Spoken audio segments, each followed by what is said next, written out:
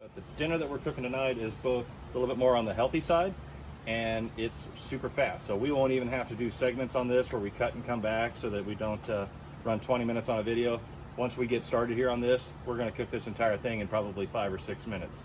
Very fast, one of my favorite meals to cook, which is tonight we're gonna do the seared ahi tuna steaks on the big green egg in the cast iron skillet. So I came home, got the egg lit and cruising at about 425 degrees while I was inside in the AC, because it is very hot out here. There was just no need to sit out here and watch it come up to temp. So 10-15 minutes, we're ready to go. I got the other items ready to go.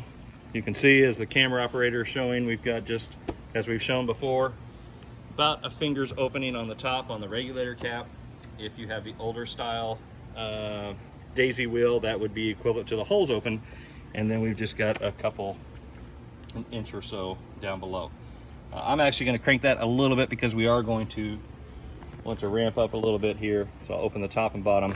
To get things going, we want a hot skillet. So you can see we've got some coals burning in there. I'm going to get this in place so that can start preheating. I'm actually going to move the handle to the back.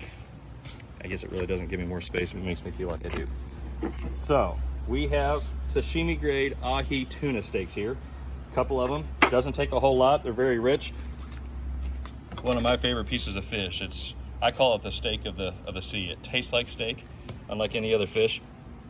One thing I want to do when we get started here is pay attention to which way the grain is running, and we'll explain why when we actually get to the end of the cook.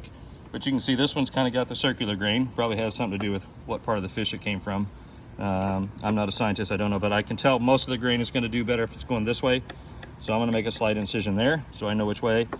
And this one, you can tell it's going the same direction. So don't want to cut it in half, but just make a little mark there so it'll be easier to tell once all the sesame seeds and everything are on there. Basically what I did with the tuna steaks was just give them a quick rinse in the sink and then pat them dry with a paper towel. You want them good and dry because your seasoning and everything will actually stick to it better. And get a better char if it's not moist on the outside. As far as seasoning goes, we're just going to take and do a little bit salt and pepper.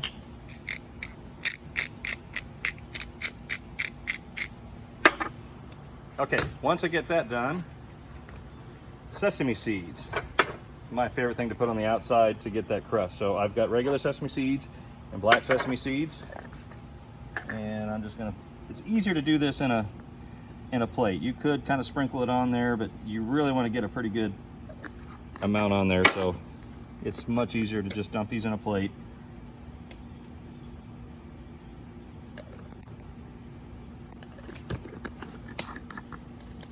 Get amped up there, we'll shut that. And I'm just gonna kind of mix those up. As a matter of fact, let's get using coconut oil.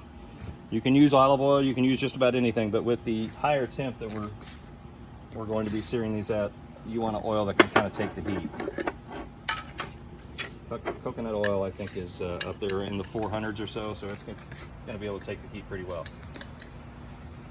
We're not deep frying, but you do want a pretty good amount of oil, and let that start heating up.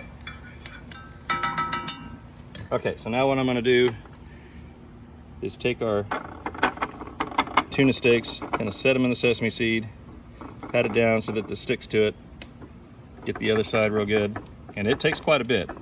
You want that sesame seed crust on the outside at the end, so don't be afraid to add more if you need to.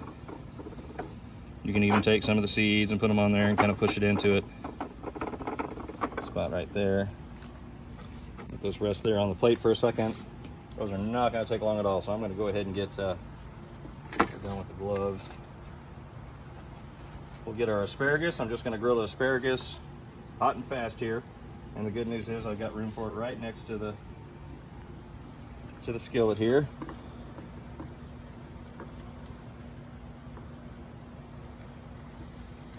Goes without saying, but you want to make sure you're going the right way on your grids, otherwise they all fall into the grill. So think about that before you get started. Okay, I'm going to go ahead and shut my bottom draft door. I don't need any more. Couple flames there. I'm going to guess our skillet is good and hot. You don't have to use a timer here, but you definitely want to pay attention because we are only going to sear these. I'm actually going to do the asparagus just a little bit longer first because that's probably going to take on that. We're doing sashimi grade tuna. You want to make sure you know where your tuna is coming from when you do this. Obviously, you don't want to just get anything run of the mill because we're just going to flash sear that about 30 seconds each side. So it is sushi grade tuna. You could eat it raw, and we're not going to be too far from that. You want the char on the outside, but it's still going to be that same color in the center. That's the goal anyway. With the thinner, sometimes you get the tuna steaks that are thicker. Those are easy to work with, but we're going to have to be pretty fast on this to make sure we don't overcook it. It will not take long at all. Also doesn't take long on the asparagus. And my thinking is always to start with the veggies because if worst case scenario, one finishes before the other, I'd rather have my veggies take a rest. All right, we have a super hot skillet there. We're gonna go ahead and get this done.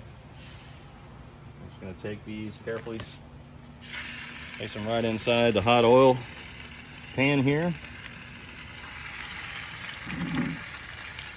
Nice thing about doing this, unlike a steak where you kind of have to guess in the middle, with tuna steaks you can literally almost watch the line kind of come up through the steak, so you know it's just going to be a matter of seconds here and we're going to flip it. We just want to get that char.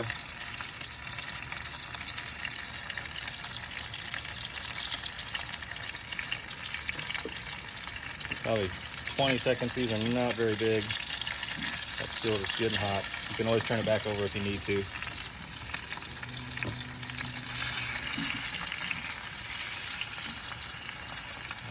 We'll scoot back here a little bit, get into that flame.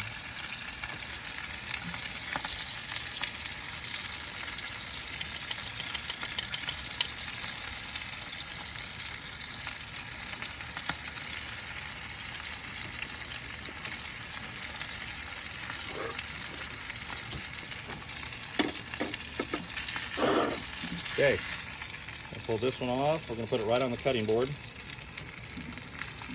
I'll get just a little bit of char on this other side. It's hot. What are you going to call that good? You do not want to overcook these. As you can see on a hot night when it's 95 degrees outside, where you might rather be inside, this is a great meal for that. We're done. It took less time to cook that than it did the 10 minutes to get the egg up to temp. So that's all shut down. Okay, so now on our tuna steaks, we did that that line that we made on both of these. Let's see if I can find it on this one.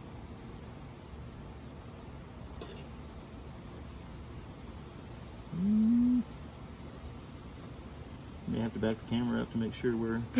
It won't be the end of the world if you don't do this, but the reason why we did that, we'll carve this one first, is I showed which way the grain was running. If you've watched previous videos, and probably I think just about every other cut that you would ever cut, besides this, you go against the grain. When you're cutting tuna steaks, you want to go with the grain.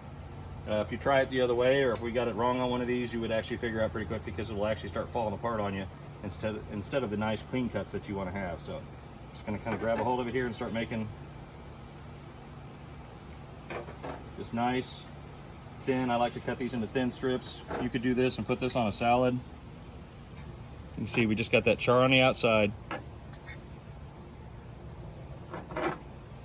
If this is not your thing, you could certainly cook it a little bit more, but I can tell you, this is the flavor profile that you're going for. When you try it this way, it literally tastes like steak. Usually you would even pair a white wine to go with fish. When you do tuna steaks, in my opinion, you've got that salt and pepper on there and that crust. This is where you get that big fat oaky cab out. It's going to go much better here. So I'm just going to use my fingers and kind of put some of this on the plate here. Okay, next step is soy sauce. You can do low sodium if you like. I prefer the leaded version, and I do like, this is my one weakness, I do like soy. You want to get a fair amount on there and let it absorb in. Don't go shy. This is the one time that I have a weakness for sodium. And then, very important, this is my favorite. There's different versions of the wasabi. You can get it in a jar. Some people, you can do the powder version where you make your own, but I like the S&B in these little tubes. It's like a little tube of paste. You can really control exactly how much you have. So what I'll do is just make a little, you could do this on the edge of the plate, but you want to make just a little line. This stuff is very strong. It's not going to take much. I might use a little bit more than that. But what you're going to do here is you're going to take a piece of the tuna steak. That's why you want the wasabi. Actually, that needs a little bit more soy, because you want just a, on the camera I was a little shy to end up going too much there, but you really do want that profile, and the two mixed together, it's like prime rib with the au jus. And then just take that however much you dare as far as that, and it has a tendency in the evening, you just keep getting bigger and bigger bites until somebody actually hurts themselves. You want to go first, or is that? I'll see you cry. If you want to see me cry, I should get a little more. This stuff is wasabi is Japanese horseradish, and I think it's actually stronger than most regular horseradish, but it can definitely get you. So since we're on camera, I've got a pretty good job on there.